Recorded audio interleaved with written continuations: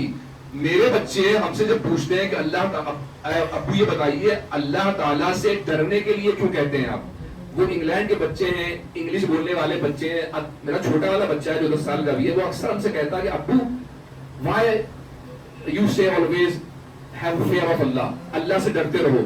کیا اللہ تعالیٰ کوئی از اے مانسٹر یا اللہ تعالیٰ از اے ڈینجر تھنگ؟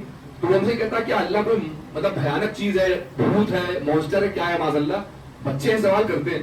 تو اللہ سے ڈرنا نہیں ہے ہمیں, اللہ سے محبت کرنا ہے, اللہ کی خشیت رکھنا ہے. ڈر تو وہ ہوتا ہے کہ آپ سے کوئی کہے کہ آگے بھوت ہے یا آگے کوئی کرمنل آیا ہو سب کو مار رہا ہے, آپ کو بھی گولی لگ جائے گی, یہ ڈر ہوتا ہے. اللہ سے ہمیں خوف رکھنا ہے. وہ خوف یہ رکھنا ہے ہمیں کہ ہمیں اپنی نفس کو ادب سکھانا ہے, ہمیں اپنے آپ کو اللہ کے بنائے ہوئے حدود, اللہ کے بنائے ہوئے دائرے کے اندر رکھنا ہے کہ ہم اللہ تعالیٰ کے بتائے ہوئے راستے پہ, اللہ کے رسول کے بنائے ہوئے راستے پہ ہم عمل کر رہے ہیں کہ نہیں کر رہے ہیں. اگر ہم اللہ اس کے رسول کے بتائے ہوئے راستے, بنائے ہوئے طریقے پہ عمل کر رہے ہیں تو نہ ہم کو دنیا میں کوئی کچھ کر سکتا ہے, چاہے وہ نام نہیں لیں گے کسی کا, چاہے وہ کوئی پولیٹیکل لوگ ہوں, چاہے غیر مذہب کے لوگ ہوں, نہ وہ ہمارا کچھ کر سکتے ہیں. اور نہ مرنے کے بعد ہمیں قبر کا خوف ہونا چاہیے, نہ ہمیں حشر کا خوف ہونا چاہیے. کیوں؟ کیونکہ ہم نے اپنی زندگی کو اللہ اس کے رسول کے بتائے ہوئے طریقے میں گزاری ہے. آج یہاں جتنے بھی لوگ بیٹھے ہیں ان سے میرا ایک سوال ہے, کوئی ایک آدمی ایسا ہو جو ہاتھ اٹھا کے یہ کہہ دے کہ ہم قبر سے نہیں ڈرتے ہیں, ہم مرنے سے نہیں ڈرتے ہیں, ہم حشر سے نہیں ڈرتے. حج بھی تو چھوڑو, حج پہ تو بہت دور کی بات ہے. کوئی یہاں ایسا آدمی بتا دے جو کہہ دے ہم مرنے سے نہیں ڈرتے ہیں, یا ہم مرنا چاہتے ہیں, یا ہم قبر سے نہیں ڈرتے ہیں. ہم کو ملا کر کے ہم خود کہہ رہے ہیں انسان کو موت سے بھی ڈر لگتا ہے, مرنا بھی نہیں چاہتا, اور قبر سے بھی ڈر لگتا ہے. جب ہمیں مرنے سے بھی ڈر لگتا ہے, موت سے بھی ڈر لگتا ہے, مرنا بھی نہیں چاہتے ہیں, قبر سے بھی ڈر لگتا ہے, تو کام ایسا کیوں نہیں کرتے جس سے کہ ڈر ختم ہو جائے؟ میری بات کا سینس بن رہا ہے کہ نہیں بن رہا ہے؟ مثال کے طور پر ایک بچہ ہائی اسکول میں ہے اور اس کے ایگزامز ہیں Hindi, English, math, science, Marathi. اب اس نے ہندی پوری تیاری کر لی, میتھس پوری تیاری کر لی, انگلش, اس کو معلوم ہے کہ ہمارے 100 میں 100 نمبر آئیں گے. اور جب وہ ایگزام دینے گیا, مان لیے اس کے نمبر 95, 97, 98 آ گئے, لیکن تب بھی وہ مطمئن رہے گا کہ ہم نے الحمدللہ اچھا کیا, لیکن 2-3 نمبر کم آ گئے. اب جب ہم پوری زندگی اللہ کے رسول کے بتائے ہوئے طریقے پہ گزاریں گے تو حقیقت یہ ہے کہ نہ ہم کو اسرائیل علیہ السلام کا خوف ہوگا, نہ ہمیں مرنے کا خوف ہوگا, نہ ہمیں قبر کا خوف ہوگا, نہ قبر میں میرے ساتھ کیا ہوگا اس کا خوف ہوگا. کیوں؟ کیونکہ میرا رب فرماتا ہے لا تقنطوا من رحمت اللہ, گھبراؤ نہیں, اللہ کی رحمت سے نا امید نہ ہو.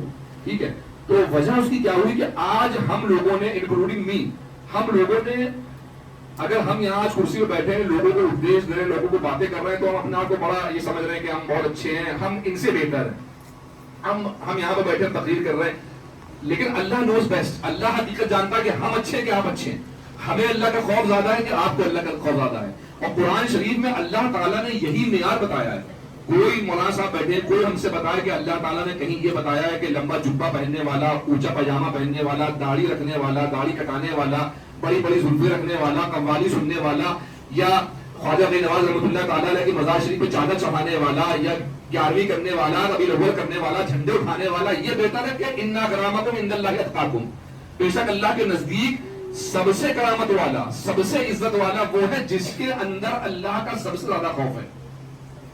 میرے بھائی, اللہ کے رسول صلی اللہ تعالیٰ علیہ وسلم, ہم تو یہ سوچتے ہیں کہ اللہ کے رسول نے کبھی یہ نہیں فرمایا اپنے صحابہ سے کہ گھبراؤ مت, ہم تمہارا بیڑا پار کر دیں گے.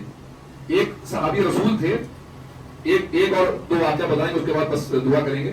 اللہ کے رسول صلی اللہ تعالیٰ علیہ وسلم کے ایک صحابی تھے, ان کا ہم نام بھول رہے ہیں اس وقت تھکاوٹ کی وجہ سے. وہ اللہ کے رسول صلی اللہ تعالیٰ علیہ وسلم کو وضو کرایا کرتے تھے, وضو کا پانی بھر کے وضو کرایا کرتے تھے. جب کبھی تیمم کا وقت ہوتا تھا تیمم کراتے تھے. نہیں کوئی اور صحابی ہیں, حضرت نہیں.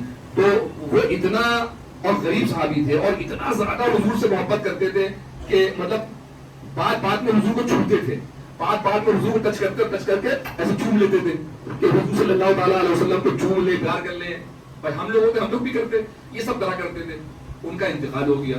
جب ان کا انتقال ہو گیا تو صحابہ کرام, کون صحابہ, بڑے بڑے جلیل القدر صحابہ جو یعنی کہ مہاجرین میں سے تھے, وہ صحابہ کہنے لگے کیا شخص تھا, کیا انسان تھا, یہ تو ڈائریکٹ جنتی. صحابہ کہہ رہے ہیں یہ تو ڈائریکٹ جنتی. پتہ اللہ کے رسول کو وضو کراتا تھا, چھوتا تھا, پیار کرتا تھا.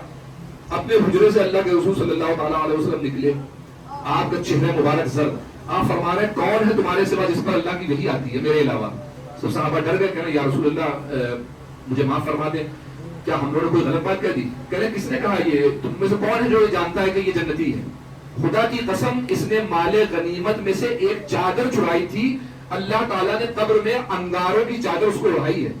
تو اللہ کے رسول حدیث میں یہ ہے کہ صحابہ کرام نے جیسے ہی یہ بات سنی دوڑ لگا دی اپنے اپنے گھر میں, اور یہ نہیں کہیں گے چرائی, اللہ معاف کرے, صحابہ کرام نے انسان ہی تھے, ہم سے بہتر تھے, اللہ کے رسول کو دیکھے ہوئے تھے, صحابہ تھے, وہ گھر میں بھاگ بھاگ کے کر گئے. اور حدیث میں آیا ہے کسی صحابہ کے پاس اگر مال غنیمت کی اتنی لکڑی بھی تھی وہ لے کر کے آگے وہ مسجد نبی میں رکھ دی, اور مسجد نبی میں انبار لگ گیا, مطلب سوچا والا ہم یہ لے لیں, ہم یہ لے لیں, ہم یہ لے لیں.